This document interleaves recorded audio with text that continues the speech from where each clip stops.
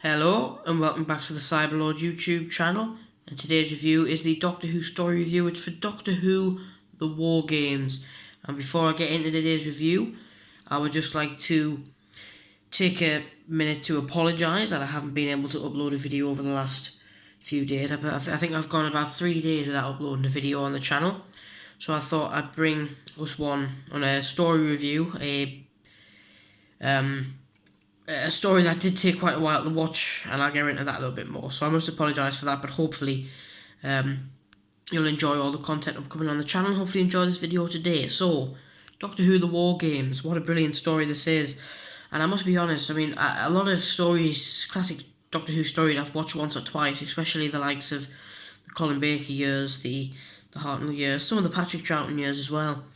I've tended to watch twice, and this one, I must say, I only watched a few days ago, and it was actually the first time I'd watched it, which is a confession, really. And I was always put off by watching the story because of the length of it being a 10-parter lasting four and a half hours nearly. It was just something that put me off watching it, and I'm one of those persons that likes to sit down and watch a story without turning it off type of thing. You know, I like to watch it all in one go.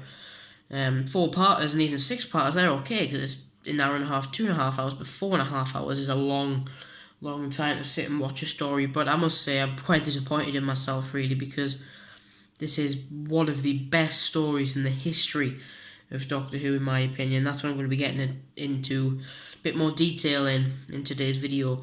A lot of historical elements to it. Of course, the second Doctor's regeneration was, of course, in this episode. In this story, it was the first appearance of the Time Lords, the first appearance of the last appearance of legendary companion Jamie McCrimmon, as played by Frazer Hines, for 117 episodes, I believe he played the character. And there's a few cameo appearances in it as well. And the first thing I will say about this story is we'll quickly look at the back before we get into our usual sort of review of me telling you what happens in it, how much I'd recommend it, and so on. Starring Patrick Troughton, The War Games, written by Terence Dicks and Malcolm Hulke, who go on to write a lot of stories more prominently in the 70s, especially Terence Dicks, but Malcolm Hulke is a long-time writer of Doctor Who as well.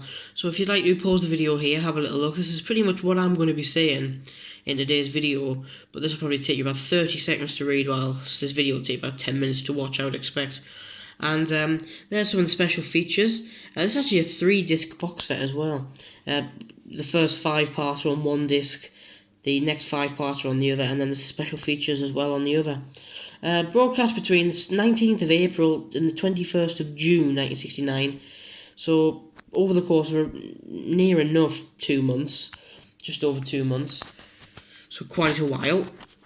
A few images up at the top here from some of the characters throughout it. That's a really cool one there with Patrick Troughton, with some of the enemies that he fought during his time on the show. The Quarks, the Cybermen, the Daleks, the Yeti, the Ice Warriors, some classic monsters that have, come to return to the show and come to be loved on the show as sort of, iconic in the British culture.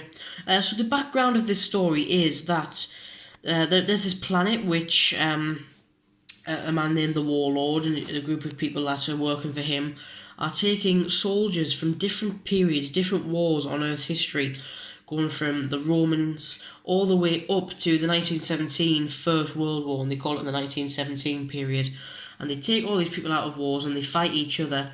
And it's sort of a mind control sort of trick as well, because they still think that they're in the war that they are originally fighting. So, say someone from the American Civil War would think that they're in the First World War, for example. And there's a TARDIS, which is bigger on the inside, of course, which has soldiers packed inside it, which transport them onto different time zones. And very interesting on that way as well.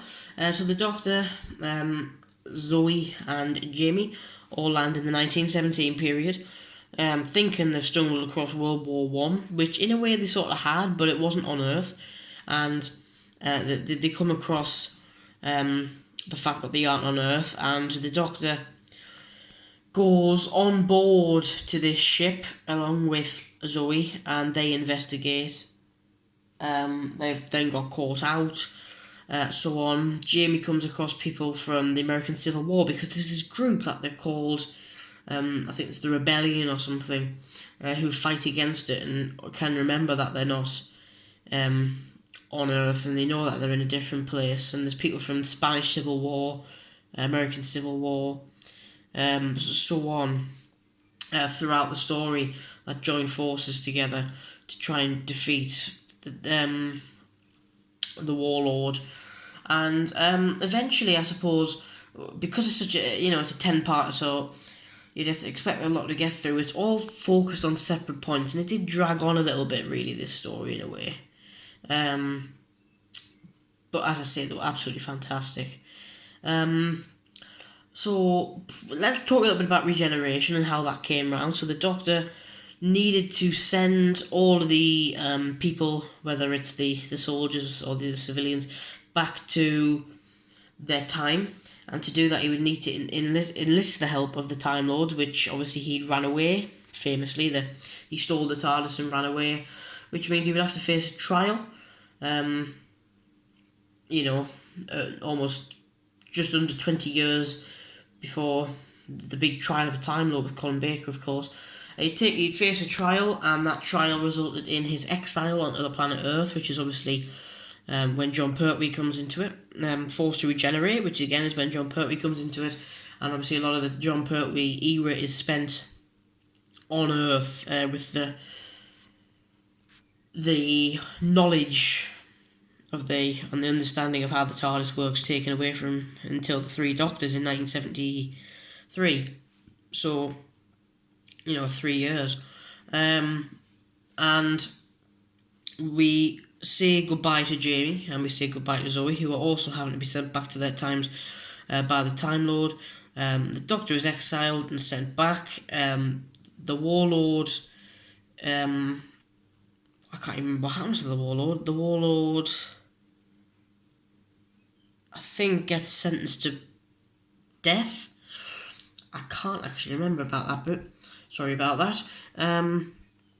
But yeah, overall an absolutely fantastic story, and it's very historic in many ways. As I say, the first time you see the Time Lord's second Doctor's regeneration, I think especially with the second Doctor's regeneration, that's when Doctor Who fans start to get into the fact that this is going to be quite a regular occurrence. That if the show's going to keep going on, it will be with a different actor in the main role.